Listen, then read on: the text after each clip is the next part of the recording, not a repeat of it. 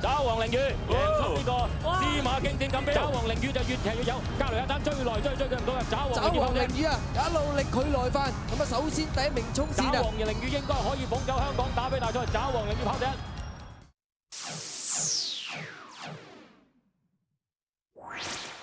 爪王凌雨就越騎越有，競爭軍追來追佢唔到，後面上嚟仲有幸運之寶嘅爪王凌雨跑第一。實標如果係2歲咧，佢2歲喺澳洲人 listed 咧係好罕有嘅。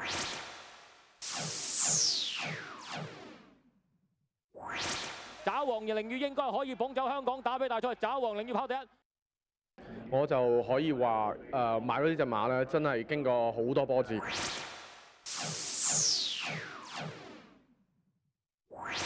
爪王凌雨啊，兜緊之後，爪王凌雨爪王凌雨做咗世界馬王。都講唔到嘢，因為太開心啦！咁我喺屋企帶咗好多方面，好開心。咁就反而一樣嘢比較遺憾嘅，即係希望佢有生之年，我哋係想俾佢一次出去，即係外地嗰度出征咁，即係好似之前啊，即係大震撼咁啊，即係試過攞個經驗，亦都想睇下香港馬去到個世界馬壇，去到邊個地步咁樣咧？呢樣嘢就係好想做到嘅就係。香港賽馬英雄爪王凌雨喺3月31號嘅杜拜世界盃賽日，力壓一眾頂級海外強敵，勇奪杜拜司馬經典賽冠軍。繼靚蝦王喜蓮精神後，再次揚威杜拜，贏取總獎金超過7000萬港元，晉身世界前10名行列。好開心啦，當然咁第一次出埠即刻做贏就即係證實佢即係唔止香港嘅係有長力咯，出咗埠對住啲世界級嘅 Class A horse 都係咁有長力咯，咁啊好滿足，好滿足。第一次遠征已經有如此驕人嘅成績，世界馬王稱號當之無愧。爪王凌雨喺05年戰績彪炳，出賽以嚟已經奪得近5000萬港元獎金。爪王凌雨喺沙田跑2000米7戰6勝，包括2005年 Mercedes-Benz 香港打比大賽及愛比標女王杯。同年更加勝出國泰航空香港杯，成為該年世界錦標巡迴賽馬王。The champion middle distance winner is Vengeance of Rain。哇！爪王凌雨 Vengeance of Rain 攞到呢一個咧，就係最佳中距離馬獎。我記得跑完打比大賽之後，我爸爸曾經同我講：爪王凌雨會唔會有一匹冠軍馬？我而家想借呢個機會同爸爸講，爪王凌雨係一匹冠軍馬。我覺得能夠擁有爪王凌雨非常非常榮幸。我喺度順帶多謝所有愛好同埋支持爪王凌雨嘅朋友，多謝。爪王凌雨係05至06年度香港最佳中距離馬，喺05至06年度世界馬匹年終排名榜上位列第5，係當時排名最高嘅中距離草地賽區。2005-2006香港賽馬會冠軍人馬獎 The Hong Kong Jockey Club Championship Awards 最佳中距離馬 Champion Middle Distance 得獎者 The Winner Vengeance of Rain 爪王凌雨。恭喜晒！我哋有請爪王凌雨嘅馬主周漢文先生上台領獎。好恭喜可以蟬完呢個獎，就我代表喺紐西蘭嘅爪王凌雨向大家講多謝晒。正當大家期待佢進入另一個事業黃金期之際，喺一次晨操之中，佢出現心律不正嘅現象，令人擔心呢匹綠茵場上嘅英雄係咪要從此退役呢？結果幕後決定送佢去紐西蘭放草休養，等佢有充分嘅休息之後，再將佢運返香港繼續服役。其實咧喺佢由紐西蘭翻嚟咧，試過有個挫折期就係10月11月咧，就係練馬師同我講，其實唔知係我哋係咪需要將隻馬 retire 嘅。咁直至佢好有耐心啦，同埋佢揾到一個方法去教翻好隻馬啦。咁我覺得全部功勞都係阿 David 嘅咯。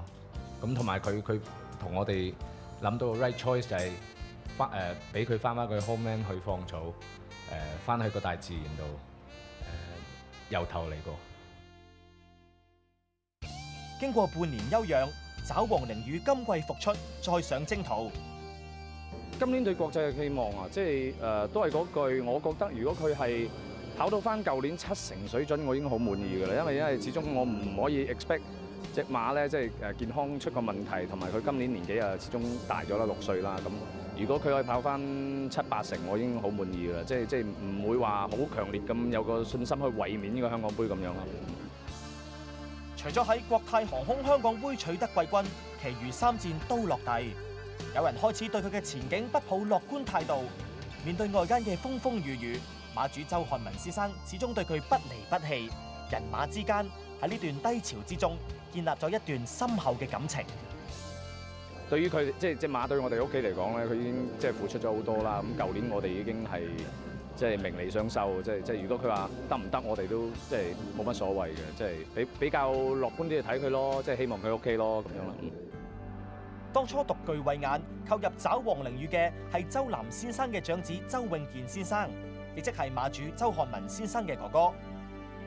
周永健同爸爸嘅關係一向好疏離，唯獨講起賽馬，佢哋分外投契。其後，周永健代表父親邁入爪黃寧宇，為家族贏出多項殊榮，可謂名利雙收，係父親眼中最大嘅成就。父親對兒子從此另眼相看。爪黃寧宇可以話係周氏父子之間嘅一道橋梁。就係我哋呢個屋企咧，呢隻馬就將我哋全屋企人團結得好犀利。就係我相信呢隻馬亦都可以幫全香港嘅香港人團結。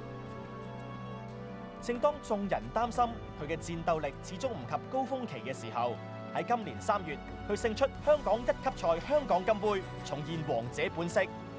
前面嘅呢個爪黃寧宇佔先啊，一對殺緊上嚟，牛精福星同埋呢個爆冷，終點前一步，爪黃寧宇仲係佔先，爆冷依然喺第2位。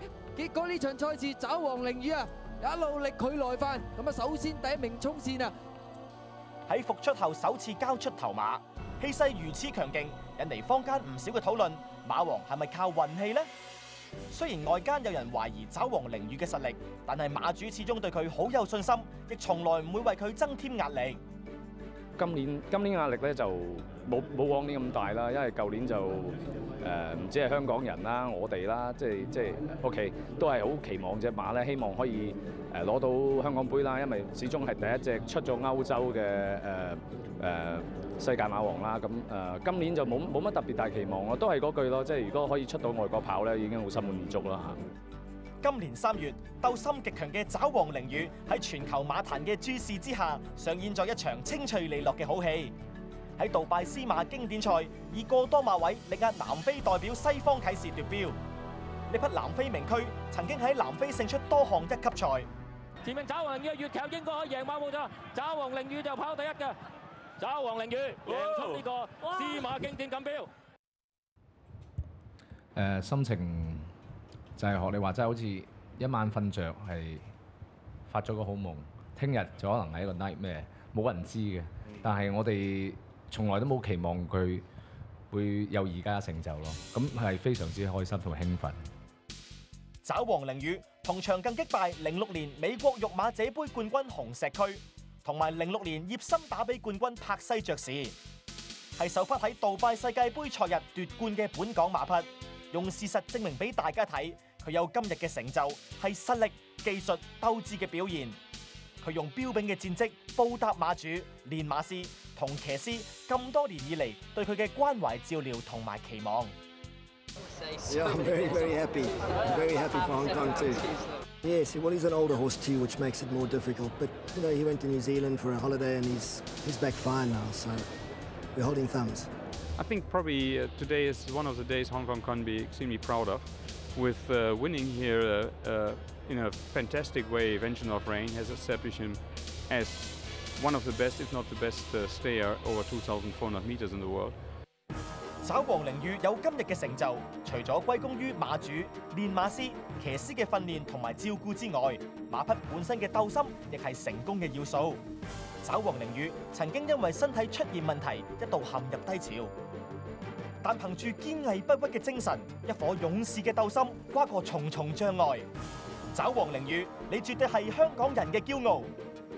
4月29日愛比標女王盃，期待爪王凌雨再次稱王。